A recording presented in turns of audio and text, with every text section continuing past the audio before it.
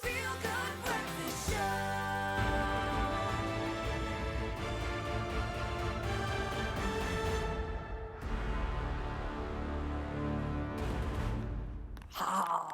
Listen, welcome back. We are talking movies with JP Sebastian. Don't laugh at me. It was a cool move. I dug it. It's the music. It's very inspirational whenever we know JP's going to be here. He's going to talk about something awesome. And we are talking about a movie that you've previewed, and this is A Haunting in Venice. Which is to say, I'm just previewing. I actually missed the screening on this one.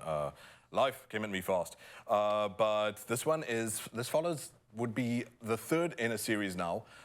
Some of you might know the name Hercule Poirot. He is the famous detective from Agatha Christie's novels. And so this one is an adaptation of the movie Halloween, well, the book Halloween Party, which is the first time it's been adapted into a movie.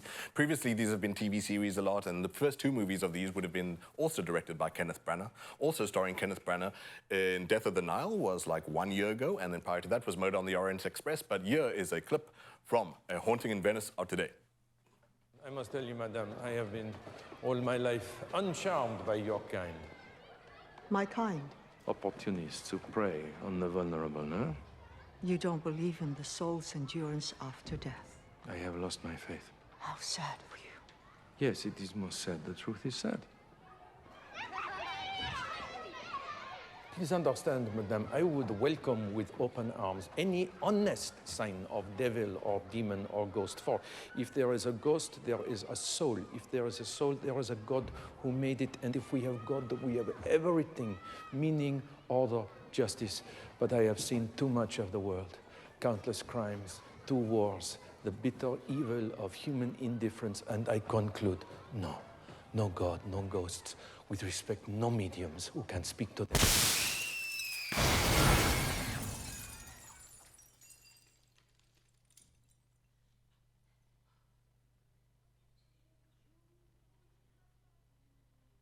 You were saying?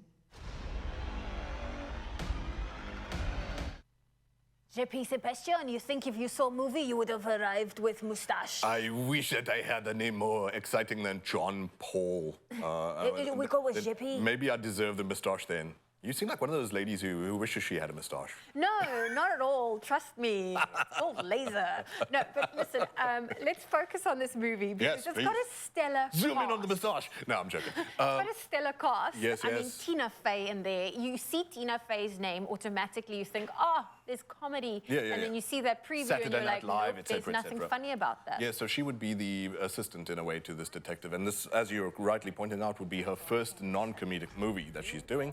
Aside from that, obviously, we recognize Michelle Yeoh from previously you having been in Everything Everywhere All at Once, which was like out last year. But like I said, this is the third in the series, and this series has never hit a sweet spot for me. I have to be clear, I've not seen this movie, so I'm not making a judgment on it. But from my first impressions from the trailer, personally, I feel like there's a bit of an improvement. Now, in that scene, for example, why you might have felt there's a weird, like, lull, like this really dramatic pause after the chandelier falls and all of that business, is because one of the fun things that they did is that all the actors were in a real haunted house sort of scenario, in that doors would slam, wind would gust, chandeliers would fall without them knowing that it's in the script. And maybe that's a bit goofy because, like, these are professional actors and they could act that for you very easily, but it's all part of the fun, and maybe it does draw out something more tense in them that you might detect as an audience. And we'll see that again when we show you a bit of a clip later of how the drama might rise and the nerves might rise, even in good actors, with stuff like that. But the story being here is that even though I'm mentioning spooks and all that business, it's Hercule Poirot. I'm not even going to try and do the French R's. I'm going to like dislocate my tongue or something. And he is obviously approaching, as you just saw from that clip, from a very rationalist, scientific sort of evidence-based detective side of things. And Michelle Yeoh plays this spiritualist who is going to lead a seance, which he has been invited to. Now, he has wanted to be in retirement for the longest time. I think even in the previous movies, he's like, I want out of the game. But everywhere he goes, there happens to be a murder. So a murder goes down at the seance, and who's the only man for the job but the guy who was invited? And this might ring very similar to, remember, Glass Onion with Daniel Craig? Yes. Where he's invited to the island, and then something happens. Stuff goes and sideways. It has to work. Yeah, and unfortunately for us, it means we get a movie. But while I was not sweet on the previous two, because man, it's a flavor for a lot of people. If you're into this kind of thing, you're going to go wild. But for me, it's very much like costume party. The moustache is a bit ridiculous, but I know it is the trademark moustache. I know it's signature. And Kenneth Branagh, while I know he's a good actor, and like you were surprised to see he actually directed a lot of movies, even some that you've probably liked in the past, including the previous two, and also Belfast, which was that black and white Irish movie from like 2 years ago.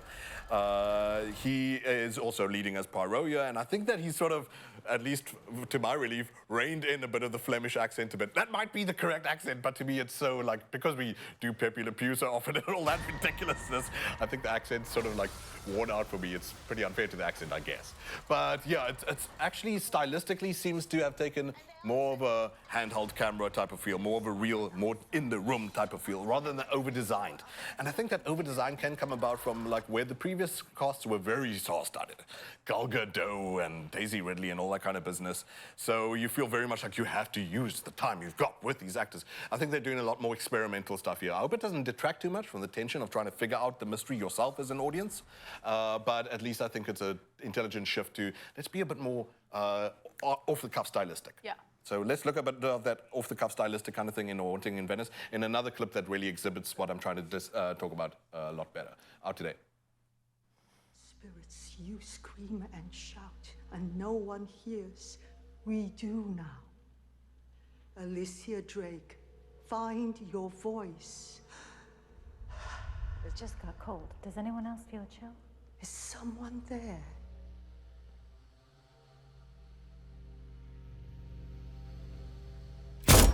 Bye. Yes. She didn't touch the key, I swear. She must have. You can't all be such fools. This is wrong. This is very wrong. Who is there? Alicia Drake. Listening. We are here. Listening. It is the hallowed tide. We are close. Your spirit is close. Your voice is loud. Alicia. Alicia. Alicia, I feel you are in pain. Does it hurt? Please tell me. Did someone hurt you? Yes. Oh my goodness. Like, I'm caught up in the tension. And each of those shots, like daggers, another dagger in your eyes. That strange parrot tilt in its neck like that. And like I said, hopefully it's not too like up its own bum trying to do that sort of effects too often, because you don't want it to steal from the whole unraveling of the knot that's all tangled in the murder itself. But it is cool to see that they're sort of letting their hair down compared to the over-design of maybe some of the previous ones. You'll find out for yourself. I'm sure that there are huge Agatha Christie fans out there and huge Poirot fans out there. So you'll be happy to know that the third one is out today. A Haunting in Venice. It is available today on the big screens. Of course, if you do go and watch it and you want to let us know what you think of it, you're always welcome to let us know on social media. JP Sebastian, thank you for joining us. Ever considered doing a moustache like that? I feel like I'd go on some sort of list with the SAPS, so no. No. No moustache for him, but, you know, I wonder if Graham would get a moustache. But let's first find out with the battle of the flavors.